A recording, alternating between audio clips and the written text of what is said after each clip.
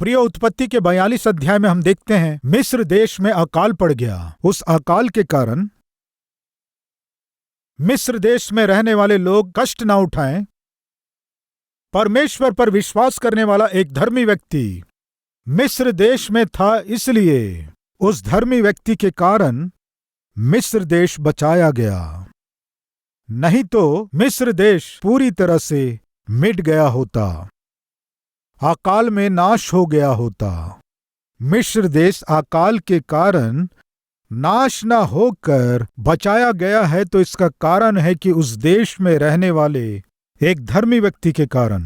प्रिय भाई और प्रिय बहन, एक धर्मी व्यक्ति का जीवन उसके परिवार की रक्षा करता है। यदि आप धार्मिकता से जीवन जिएंगे तो आपके धार्मिकता के कारण और खराई के कारण आप अपने परिवार की रक्षा करेंगे। प्रियो, नूह अपनी धार्मिकता के कारण अपने परिवार को बचा सका। अब्राहम अपनी धार्मिकता के कारण अपने परिवार को बचा सका। यूसुफ अपनी धार्मिकता के कारण पूरे मिस्र देश की रक्षा कर पाया, और उतना ही नहीं, उसके बाद अपने सारे भाइयों को और अपने पिता के सारे परिवार के लोगों की रक्षा कर पाया। धार्मिकता और खराई से जीने से बहुत बड़ी आशीष है। बाइबल बताती है यहोवा की दृष्टि सारी पृथ्वी पर इसलिए फिरती रहती है कि निष्कपट मन वालों की सहायता करे। आप में से कुछ लोगों को शैतान ने कहा है ना, धार्मिकता का जीवन जीने से क्या फायदा, इस पापमय संसार में पापमय लोगों के बीच पवित्रता से जीने से क्या फायदा। क्योंकि मनमर्जी से जीने वाले लोग, अन्याय से जीने वाले लोग, अधर्म से जीने वाले लोग आसानी से धन कमा रहे हैं, आराम का जीवन जी रहे हैं, सुख विलास का जीवन जी रहे हैं। खराई से जीने के द्वारा, ईमानदारी से जीने के द्वारा कम से कम मैं अपना वेतन भी नहीं बढ़ा सका और प्रमोशन भी मैं नहीं पा सका, और कम से कम एक कार भी नहीं खरीद पाया, घर भी नहीं बना पाया। लेकिन जो मेरा सहकर्मी है वो मुझसे भी आगे बढ़ गया है, सब कमा लिया है, सबका अनुभव कर रहा है, लेकिन मैं तो अब तक निर्धनता में ही हूं। क्या फायदा। प्रियो, आप ऐसे सोच रहे हैं क्या? आज आपके चारों ओर के लोग सुख भोगों को उठाते हुए दिखाई दे सकते हैं, आनंद उठाते हुए दिख सकते हैं, लेकिन लाजर निर्धन था, उसके पास खाने को नहीं था, ऐसा निर्धन था, लेकिन धार्मिकता का जीवन जिया। वही लाजर एक धनवान व्यक्ति के मेज से गिरने वाले रोटी के टुकड़ों को खाकर जीवन बिताया। लेकिन धनवान का क्या हाल हुआ? वो प्रतिदिन सुख भोगों का अनुभव किया। तब लाजर को सोचना चाहिए था ना, प्रभु मैं तो धार्मिकता से जी रहा हूं, मैं ऐसे निर्धनता में दुख क्यों उठा रहा हूं। अन्याय से जीने वाला वो व्यक्ति एक धनवान के रूप में कैसे उन्नति कर लिया। ये कैसा पक्षपात है, ये कैसा अन्याय है, ये कैसा अधर्म है। ऐसा प्रश्न उस लाजर के जीवन में भी उठना चाहिए था ना, नहीं उठा। किस लिए? क्योंकि लाजर जानता था उसका जीवन बहुत छोटा है, लेकिन जो जीवन वो पाने जा रहा है वो बहुत ही विशाल है, अनंत काल का जीवन है, हमेशा का जीवन है। इसलिए वो लाजर दिखाई देने वाले संसार पर विश्वास ना करके, जो उसकी आंखों से दिखाई नहीं दे रहा था, उस अनंत जीवन पर उसने विश्वास किया और परमेश्वर के राज्य पर विश्वास किया। इसलिए निर्धनता में भी वो अपने विश्वास को नहीं छोड़ा। फिर क्या हुआ? उसके सामने धनवान सुख भोग का अनुभव कर रहा था, वो दुख उठा रहा था, फिर भी वो रोया नहीं, चिंता नहीं किया, व्याकुल नहीं हुआ। प्रियो, वो ऐसा नहीं कहा धर्मी को रोटी के टुकड़े मिलेंगे और अधर्मी को रोटी मिलेगा। क्या है प्रभु ये अन्याय? ऐसा प्रश्न नहीं किया।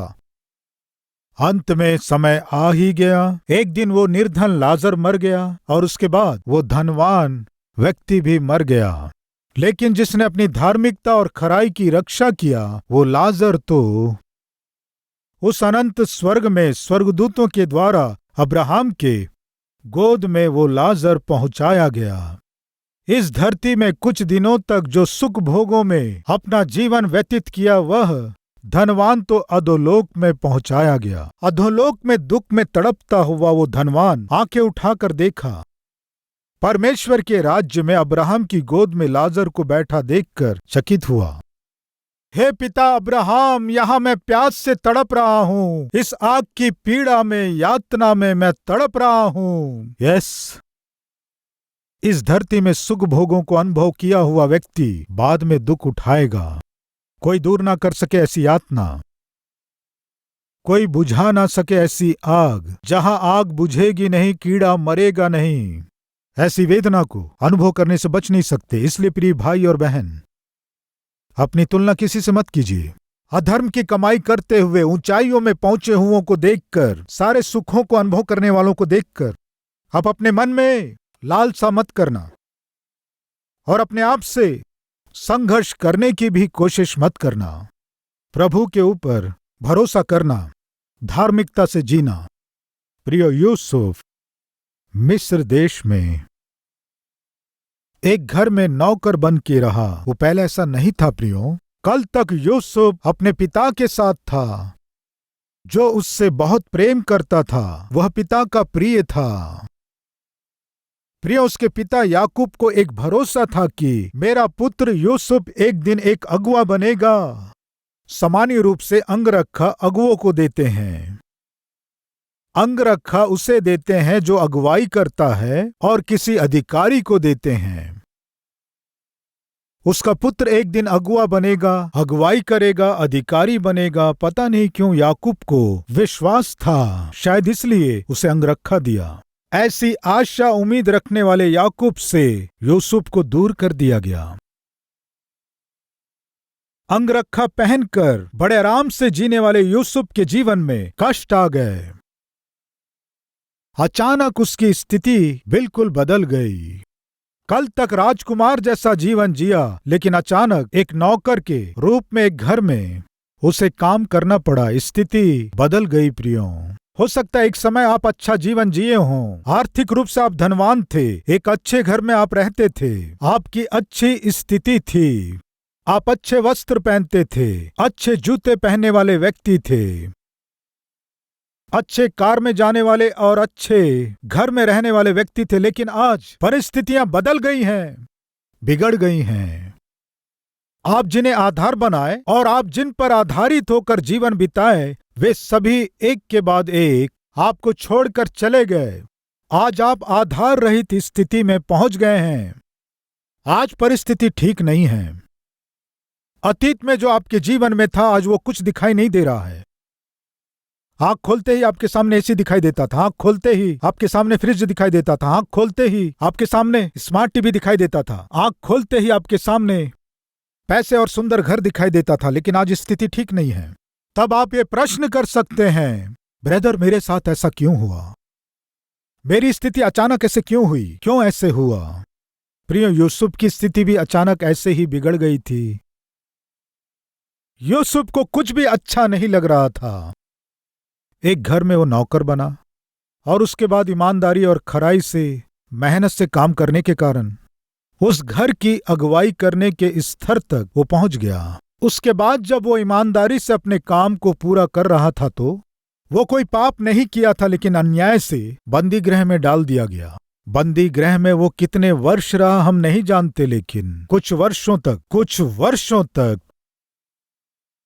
यूसुफ बंदी गृह में अधर्म और अन्याय के साथ उसके पैरों में बांधे गए जंजीरों के कारण वो दुख उठाया, कष्ट उठाया। आप कह सकते हैं, ब्रदर, यूसुफ के पैरों को जंजीरों से बांधा गया और उन जंजीरों से वो दुख उठाया। इस तरह उत्पत्ति की पुस्तक में हमें दिखाई नहीं देता है ना? फिर यूसुफ जंजीरों के द्वारा दुख उठाया, आपको क्यों लगा? बाइबल एक अद्भुत ग्रंथ है। उस अद्भुत ग्रंथ को सावधानी से जांचने से एक व्यक्ति के विषय का समाचार उन प्रांतों में, पुस्तकों में अद्भुत रूप से लिखा गया। एक वचन दिखाऊंगा, आइए। भजन 105 17वें वचन से, उसने यूसुफ नामक एक पुरुष को उनसे पहले भेजा था, जो दास होने के लिए बेचा गया था। लोगों ने उसके पैरों में बेड़ियां डालकर उसे दुख दिया। वह लोहे की संकलों से जकड़ा गया। जब तक कि उसकी बात पूरी ना हुई, तब तक यहोवा का वचन उसे कसौटी पर कसता रहा। परीक्षा, यूसुफ परीक्षाओं में से गुजर रहा था। सब कुछ खो दिया था। परीक्षा, उसे एक नौकर बनना पड़ा। परीक्षा, अन्याय से उस पर दोष लगाया गया। परीक्षा, वो कोई गलती नहीं किया फिर भी उसे नौकरी खोना पड़ा। परीक्षा, वो अपने पोस्ट को और पोजीशन को खो दिया और अभी वो बंदी गृह में पहुंच गया। परीक्षा, सबसे दूर हो गया, अकेला रह गया। परीक्षा, आज मेरे प्रिय भाई और बहन, यदि आप परमेश्वर पर विश्वास करते हैं तो, खराई और धार्मिकता से जीने वाले विश्वासी हैं तो, आज आपके जीवन की हर एक विपरीत परिस्थितियां आपके प्रति परमेश्वर की बड़ी योजनाएं हैं। इस कारण ये परीक्षा आप पर आई हैं। नौकरी खो दिया। परीक्षा, प्रिय भाई, क्या आप नौकरी खो चुके हैं? प्रिय बहन, क्या आप नौकरी खो चुकी हैं? पीकर शराब के नशे में किसी महिला को छेड़कर, उसके ऊपर हाथ डालकर या किसी को गलत SMS भेजकर ऐसे गलत काम करने से नौकरी चली गई है तो ये नहीं। मत कहना अपनी पत्नी से परीक्षा है। देखो, मैंने कहा था ना, ये परीक्षा है। गलत काम करने के कारण नौकरी खोकर उसे परीक्षा मत कहिए। यदि आप खराई से, ईमानदारी से जीते हुए आपको यदि अचानक नौकरी खोना पड़े तो ये परीक्षा है। शायद परमेश्वर आपको परख रहे हो, जांच रहे हो। यस, यूसुफ के जीवन में गड़बड़ी हुई। परीक्षा, उसकी स्थिति अचानक बदल गई। परीक्षा, उसके पहले जो उसके सामने दिखाई देते थे वे दिखाई नहीं दे रहे हैं। परीक्षा, उसे अकेला रहना पड़ रहा है। परीक्षा, उसकी नौकरी और उसके जीवन का आधार उसे खोना पड़ा। परीक्षा, बाइबल बताती है परमेश्वर ने जो उसे स्वप्न दिया था, जब तक पूरी नहीं हो जाती 13 वर्ष तक परमेश्वर का वचन यूसुफ को कसौटी में कसता रहा। परीक्षा, परीक्षा, वो परीक्षाएं कब तक हुई? 13 वर्षों तक। 13 वर्ष। 17 साल की उम्र में वो अपने पिता से अलग हो गया। 30 साल की उम्र में मिस्र देश पर शासन करने वाले उत्तम स्थान तक वह पहुंच गया। प्रिय भाई और बहन, इन 13 वर्षों की परीक्षाओं में यूसुफ पास हो गया। तब आप कह सकते हैं 13 वर्ष यानी बहुत मुश्किल है ब्रदर। ये इस पर निर्भर है कि आने वाले समय में आप क्या बनना चाहते हैं। आप जो बनना चाहते हैं, जिस स्तर तक आप पहुंचना चाहते हैं, उस पर आपकी परीक्षा आधारित होती है। 10th क्लास तक काफी है सोचेंगे तो केवल 10 साल तक ही परीक्षाएं हैं।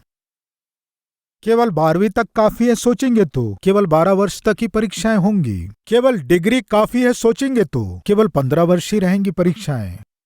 लेकिन PG होना है तो 17 वर्ष तक परीक्षाएं होंगी। और ऊंची शिक्षा प्राप्त करना है तो और भी बहुत सी परीक्षाएं रहेंगी। आप जिस स्तर तक पहुंचना चाहते हैं और उस स्थान पर आधारित है आपकी परीक्षाएं। LKG UKG के बाद रुकना चाहते हैं तो 2 साल में परीक्षाएं खत्म होंगी। क्या आप लंबे समय से परीक्षाओं में से गुजर रहे हैं? लंबे समय से जिसका उत्तर नहीं मिला, ऐसी परीक्षाओं में से आप गुजर रहे हैं क्या? हिम्मत से रहिए। उत्तम सोच को रखने वाला परमेश्वर लंबे समय से आपकी परीक्षा कर रहे हैं। इसका कारण जानते हैं क्या?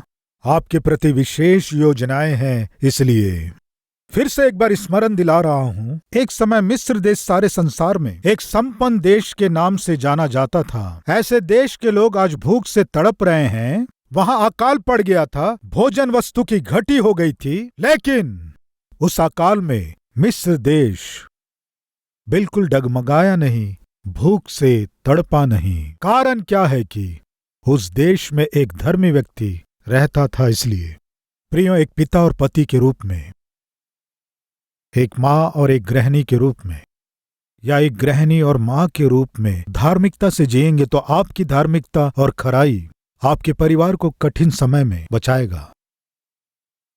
आपकी धार्मिकता और खराई कठिन समय में आपके व्यापार को बचाएगा। आपकी धार्मिकता और खराई कठिन समय में आपकी नौकरी को भी बचाएगा। लेकिन यदि आपकी धार्मिकता और खराई के कारण आपको नौकरी खोना पड़ा है तो परमेश्वर उससे भी उत्तम आशीषों को छिपा रखा है। इस सत्य को मत भूलिए। एक नौकर के काम को खोया इसलिए वो प्रधानमंत्री बन पाया। एक नौकर के रूप में वहीं रहता तो वो प्रधानमंत्री नहीं बन पाता। आज परमेश्वर आपके प्रति किस उत्तम उद्देश्य के साथ, किस उत्तम योजना को रखते हुए आपके जीवन में परीक्षाओं को अनुमति दिया मैं नहीं जानता, लेकिन आप जानते हैं कि आप किन परीक्षाओं में से गुजर रहे हैं। हिम्मत से रहिए, मैं कह रहा हूं, अच्छे दिन आएंगे, मैं कह रहा हूं। मैंने अपने जीवन में देखा है, आपके जीवन में भी आप देखेंगे। मैं निवेदन कर रहा हूं, उस दिन यूसुफ जैसा धर्मी और खरा व्यक्ति उस देश में रहने के कारण केवल मिस्र देश के लिए ही नहीं, मिस्र देश के आसपास के देशों के लिए भी आशीष का कारण बना। सीधे लोगों के आशीर्वाद से नगर की बढ़ती होती है। एक धर्मी के उन्नति पाने से देश को आशीष मिलता है।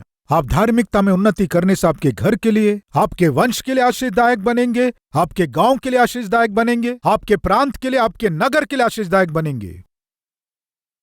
आपको आशीषदायक बनाना है, यही परमेश्वर का संकल्प है। आपको आशीष देना है, आपको आशीषदायक बनाना है, आपको आशीष देना है, आपको आशीष देने वाले के रूप में बदलना है, यही परमेश्वर की आशा है। प्रियो, इसीलिए तो उस दिन याकूब एक समाचार सुना। क्या सुना? मिस्र में भरपूरी से भोजन वस्तु है, मिस्र में भोजन वस्तु समृद्धि से है, मिस्र में भोजन वस्तु भरपूरी से रहे। इसका कारण कौन है? ये याकूब का विश्वास है। प्रियो मित्रों, सुन रहे हैं? हे मेरे बच्चों, इधर आओ। क्या है पिताजी? सुना है मिस्र में भोजन वस्तु है। इस अकाल में यदि हमें मरना नहीं है तो मिस्र जाकर भोजन वस्तु लेकर आओ। मिस्र में भोजन वस्तु है। मिस्र में भोजन वस्तु रहे, इसका कारण कौन है? उसका पुत्र है, उसका पुत्र है। जो पुत्र धार्मिकता का जीवन जिया वही पिता का सहारा बन रहा है। जो पुत्र धार्मिकता और खराई से जिया वही पुत्र अपने भाइयों के लिए सहारा बनने जा रहा है। धार्मिकता और खराई से जो जिया वही पुत्र अपने पूरे परिवार के लिए अन्नदाता बनने जा रहा है। कितनी अद्भुत बात है। परमेश्वर आपको, भाई सुन रहे हैं, बहन सुन रही हैं, आपको यूसुफ के स्थान में देखने की आशा कर रहा है, आशा कर रहा है। पिछले समय में, कोरोना काल में, लॉकडाउन के समय लाखों लोग भोजन से तड़पे हैं। लोगों के पास भोजन नहीं था और सारी दुकानें बंद थी।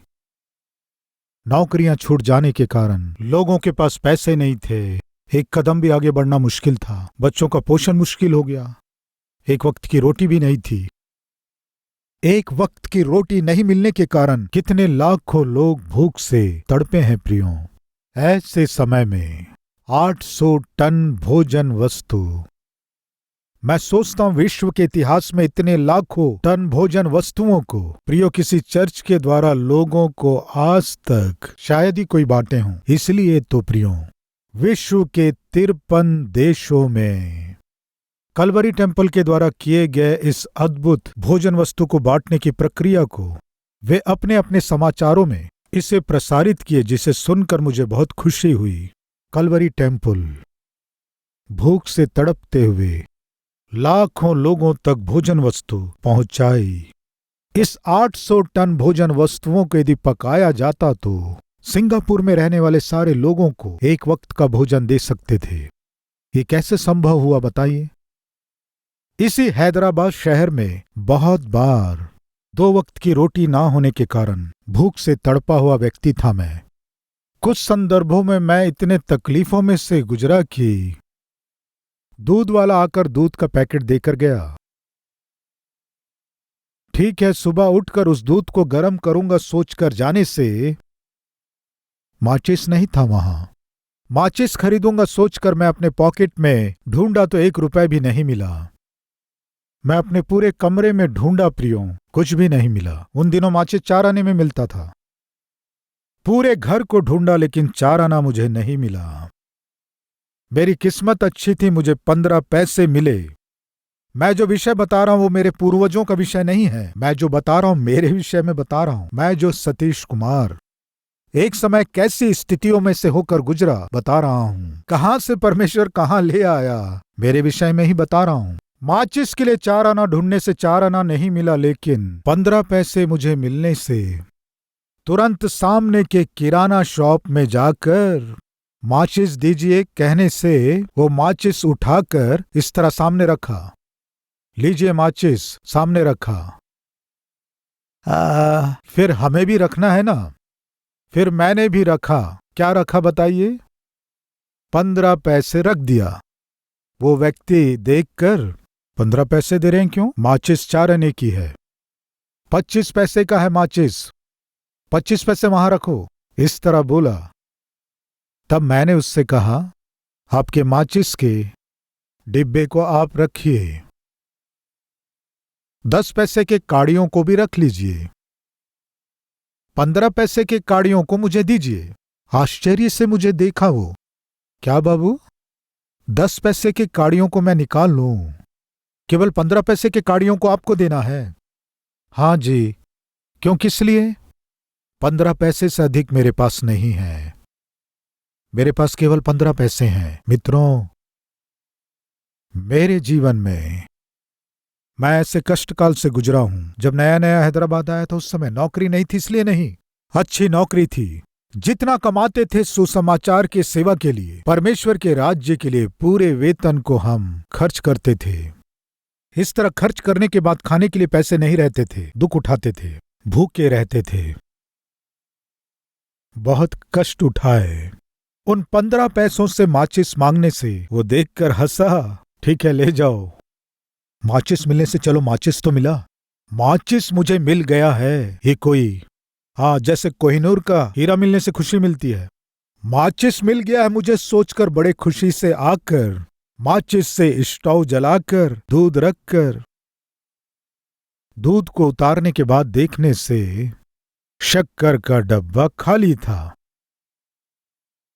सामान्यतः जीभ को तो स्वाद चाहिए ना प्रियो, शक्कर के बिना कैसे काम चलेगा? दूध था लेकिन शक्कर नहीं था। मुझे अपने आप पर तरस आया। क्या है ये जीवन?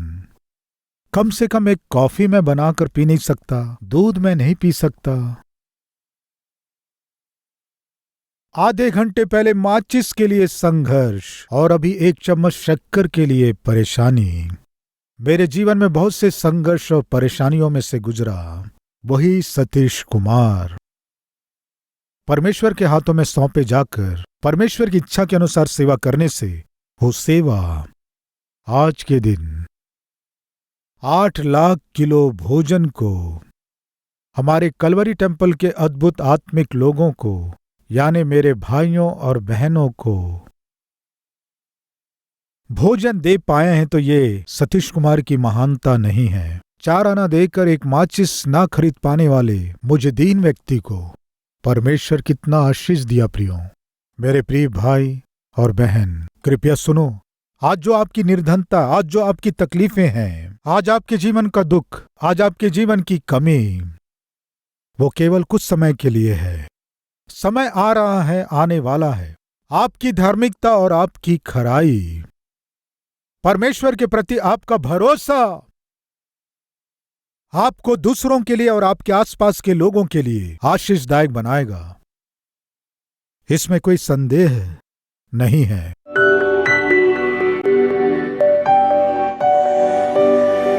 महान पवित्र प्रेमी परमेश्वर पिता, आपके पवित्र उपस्थिति में, आपके पवित्र वचनों के द्वारा हमें दर्शन देने के लिए हम आपका धन्यवाद करते हैं। सुंदर आत्मिकता और स्वास्थ्य, आर्थिक मजबूती, परिवार में सुख, सबको उद्धार, स्थिर नौकरियां, व्यापार में आशीष, बच्चों का अद्भुत भविष्य आप ही प्रदान कीजिए। हमारी सेवाकाई में हमारे संग रहिए, आशीष दीजिए। पिता, हमारे देश को, हमारे नगर को पिता आशीष से, समृद्धि से भर दीजिए। पिता, हम आपकी सारी आशीषों को पाकर हम आपकी सेवा कर सकें, दया कीजिए।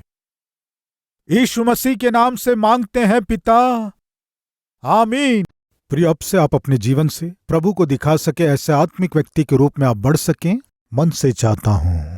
इस संदेश के द्वारा आपने आशीष पाया है तो लाइक कीजिए और बहुतों को शेयर कीजिए, और उतना ही नहीं, एक कमेंट कीजिए, उसे मैं पढ़ूंगा, प्रभु की महिमा करूंगा। फिर मिलेंगे, तब तक के लिए शलोम।